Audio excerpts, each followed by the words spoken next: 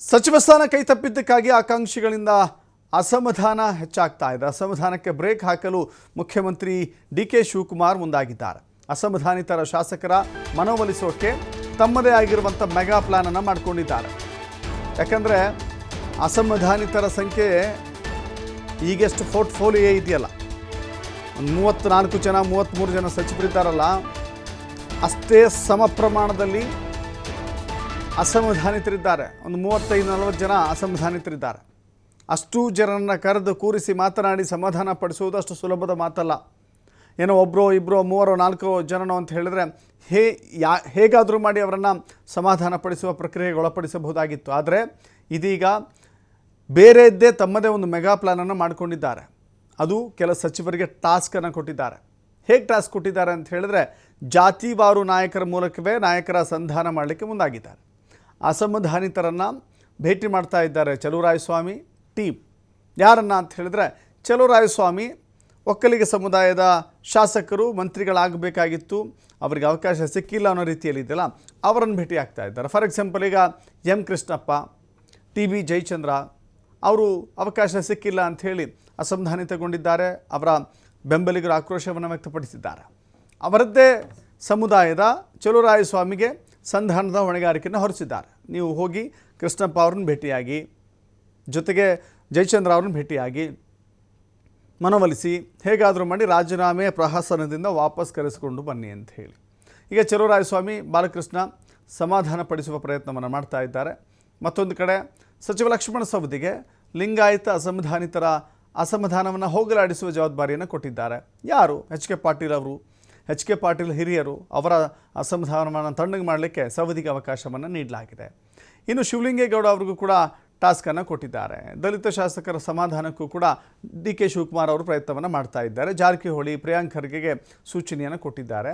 ಜೊತೆಗೆ ಇಂದು ಕೆಲವು ಅಸಮಾಧಾನಿತರನ್ನು ಖುದ್ದಾಗಿ ಭೇಟಿ ಮಾಡ್ತಾರೆ CM. ಅದರ ಮೂಲಕ ಇರುವ ಎಲ್ಲ ಅಸಮಾಧಾನಿತರನ್ನು ವಿಶ್ವಾಸಕ್ಕೆ ತೆಗೆದುಕೊಂಡು ಮುಂಬರುವ ದಿನಗಳಲ್ಲಿ, ಅಂದರೆ ಈ ಅವಧಿಗೆ ಆಗೋದಿಲ್ಲ, ಮುಂಬರುವ ದಿನ ಅಂತ ಹೇಳಿದ್ರೆ 2028 ಚುನಾವಣೆ ಅಂತಲೇ ಅಂದ್ಕೊಳ್ಬೇಕಾಗತ್ತೆ. ಆ ಸಂದರ್ಭದಲ್ಲಿ ನಾವು ಚುನಾವಣೆಯಲ್ಲಿ ಗೆದ್ದರೆ ನಿಮ್ಮನ್ನು ಅತ್ಯಂತ ಪ್ರಮುಖ ವ್ಯಕ್ತಿಗಳಾಗಿ ಪರಿಗಣಿಸಲಾಗುತ್ತೆ ಆ ಸಂದರ್ಭದಲ್ಲಿ ಅಂತ ಹೇಳುವ ಮೂಲಕ, ಜೊತೆಗೆ ಕ್ಷೇತ್ರಕ್ಕೆ ಬೇಕಾದಂಥ ಎಲ್ಲ ಅಭಿವೃದ್ಧಿ ಕಾರ್ಯಗಳನ್ನು ತೆಗೆದುಕೊಂಡು ಬನ್ನಿ, ನೀವು ಸಚಿವರಾಗದಿದ್ದರೂ ನಿಮ್ಮ ಕ್ಷೇತ್ರದ ವ್ಯಾಪ್ತಿಗೆ ಬೇಕಾದಷ್ಟು ಅನುದಾನವನ್ನು ತೆಗೆದುಕೊಂಡು ಹೋಗುವಂಥ ಅವಕಾಶವನ್ನು ಕೊಡ್ತೇವೆ ಅಂತ ಹೇಳಿ ಅದರ ಮೂಲಕ ಅಸಮಾಧಾನದ ಬಹಳ ದೊಡ್ಡ ಬೂದಿ ಮುಚ್ಚಿದ ಕೆಂಡದ ರೀತಿಯಲ್ಲಿದ್ದಲ್ಲ, ಅದನ್ನು ತಣ್ಣಗೆ ಮಾಡುವಂಥ ಪ್ರಯತ್ನವನ್ನು ಮಾಡ್ತಾ ಇದ್ದಾರೆ. ಮತ್ತಷ್ಟು ಮಾಹಿತಿ ನಮ್ಮ ಪ್ರತಿನಿಧಿ LN ಸ್ವಾಮಿ ಕೊಡ್ತಾರೆ. ಸ್ವಾಮಿ, ಗಮನಿಸ್ತಾ ಇದ್ದೀವಿ, ಅಸಮಾಧಾನ ಅನ್ನೋದು ಕಾಂಗ್ರೆಸ್ನಲ್ಲಿ ಈಗ ತುಸು ಹೆಚ್ಚೇ ಕಾಣಿಸಿಕೊಂಡಿದೆ, ನಿರೀಕ್ಷೆಗಿಂತಲೂ ಹೆಚ್ಚು. ಅದು ಕೂಡ ಹಿರಿಯರು ಬಹಳ ಕುಪಿತಗೊಂಡಿದ್ದಾರೆ. ಮುಂದೆ ಏನು ಎನ್ನುವ ರೀತಿಯಲ್ಲಿ ತಮ್ಮ ಕಾರ್ಯಕರ್ತರು ತಮ್ಮ ಮತದಾರರ ಜೊತೆ ಮಾತನಾಡಿ ಮುಂದಿನ ತೀರ್ಮಾನ ಅಂತ ಹೇಳ್ತಾ ಇದ್ದಾರೆ. ಆದರೆ ಈ ತಣ್ಣಗಾಗಿಸುವ ಪ್ರಯತ್ನ ಎಷ್ಟರ ಮಟ್ಟಿಗೆ ಫಲ ಕೊಡ್ತಾ ಇದೆ ಅಂತ?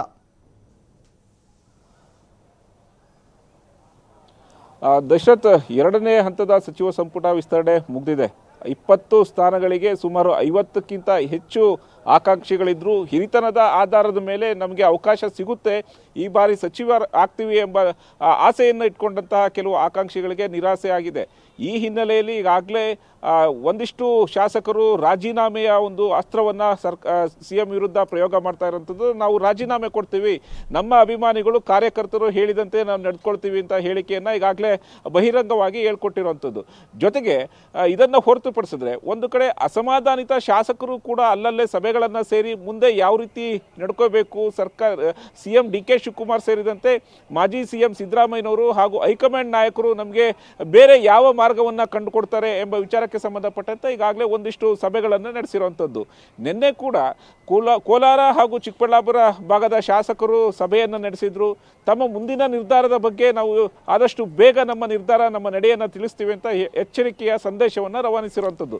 ಅದರ ಬೆನ್ನಲ್ಲೇ ಇವತ್ತು ಕೂಡ ಸುಮಾರು 15ರಿಂದ 20 ಅಸಮಾಧಾನಿತ ಹಿರಿಯ ಶಾಸಕರು ಇವತ್ತು ಸಭೆಯನ್ನು ಸೇರ್ತಾ ಇರೋಂಥದ್ದು. ಪ್ರಮುಖವಾಗಿ ಅಶೋಕ್ ಪಟ್ಟಣ್, ನಾರಾಯಣಸ್ವಾಮಿ ಸೇರಿದಂತೆ ಮಾಜಿ ಸಚಿವ MC ಸುಧಾಕರ್ ಎಲ್ಲರೂ ಕೂಡ ನಮಗೆ ಸಚಿವ ಸ್ಥಾನ ಸಿಕ್ಕಿಲ್ಲ ಎಂಬ ಅಸಮಾಧಾನವನ್ನು ಬಹಿರಂಗವಾಗಿ ಹೊರಗಾಕಿದ್ದಾರೆ. ಇವರ ನೇತೃತ್ವದಲ್ಲಿ ಇವತ್ತು ಸಭೆ ನಡೆಯುವ ಸಾಧ್ಯತೆಗಳು ಇದೆ. ಇದು ಒಂದು ಕಡೆ. ಆದರೆ ಮತ್ತೊಂದು ಕಡೆ ಅಸಮಾಧಾನಿತ ಶಾಸಕರನ್ನ ಯಾವ ರೀತಿ ಸಮಾಧಾನ ಪಡಿಸಬೇಕು, ಅಸಮಾಧಾನಕ್ಕೆ ಯಾವ ರೀತಿ ಬ್ರೇಕ್ ಹಾಕಬೇಕು ಅನ್ನೋದಕ್ಕೆ ಈಗಾಗಲೇ CM ಕೆಲವೊಂದು ಸ್ಟ್ರಾಟಜಿಗಳನ್ನು ಮಾಡ್ಕೊಂಡಿರುವಂಥದ್ದು. ಪ್ರಮುಖವಾಗಿ ಹಿರಿಯ ಶಾಸಕರಂತ ಟಿ ಬಿ ಜಯಚಂದ್ರ ಅವರು ಕೂಡ ಈಗಾಗಲೇ ಅಸಮಾಧಾನವನ್ನು ಹೊರಹಾಕಿದ್ರು. ಜೊತೆಗೆ ಹಾಗೆ ಕೃಷ್ಣಪ್ಪ ಅವರು ಕೂಡ ಅಸಮಾಧಾನವನ್ನು ಹೊರಹಾಕಿದ್ರು. ಜೊತೆಗೆ ನಾವು ರಾಜೀನಾಮೆ ಕೊಡ್ತೀವಿ, ಪಕ್ಷದಿಂದ ಅಂತರ ಕಾಪಾಡ್ಕೊಳ್ತೀವಿ ಎಂಬ ಹೇಳಿಕೆಗಳು CM ಕೊಟ್ಟಿದ ತಕ್ಷಣ CM ಎಚ್ಚೆತ್ಕೊಂಡಿರೋಂಥದ್ದು.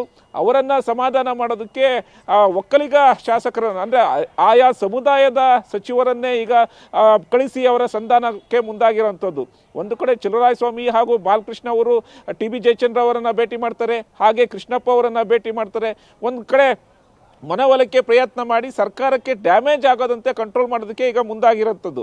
ಇದನ್ನು ಹೊರತುಪಡಿಸಿದ್ರೆ ನೂತನ ಸಚಿವರಾಗಿ ಪ್ರಮಾಣ ವಚನ ಸ್ವೀಕರಿಸಿರುವಂಥ ಲಕ್ಷ್ಮಣ್ ಸವದಿಗೂ ಕೂಡ ಕೆಲವೊಂದು ಟಾಸ್ಕ್ಗಳನ್ನು ಕೊಟ್ಟಿರೋದಂಥದ್ದು. ಅಂದರೆ ಲಿಂಗಾಯತ ಸಮುದಾಯಗಳ ನಾಯಕರನ್ನು ನೀವು ಹೋಗಿ ಭೇಟಿ ಮಾಡಿ ಸಮಾಧಾನ ಪಡಿಸಿ, ಅಸಮಾಧಾನ ಹೊರಹಾಕದಂತೆ ನೋಡ್ಕೊಳ್ಳಿ, ಜೊತೆಗೆ ಪಕ್ಷಕ್ಕೆ ಡ್ಯಾಮೇಜ್ ಆಗದಂತೆ ನೋಡ್ಕೊಳ್ಳಿ ಎಂಬ ಸಲಹೆಗಳನ್ನು ಕೊಟ್ಟಿರುವಂಥದ್ದು. ಹಾಗೆ ಈಗಾಗಲೇ HK ಪಾಟೀಲ್ ಅವರನ್ನು ಭೇಟಿ ಮಾಡಿ ಅವರ ಜೊತೆ ಮನವೊಲಿಕೆ ಪ್ರಯತ್ನಗಳನ್ನು ಮಾಡಿರುವಂಥದ್ದು.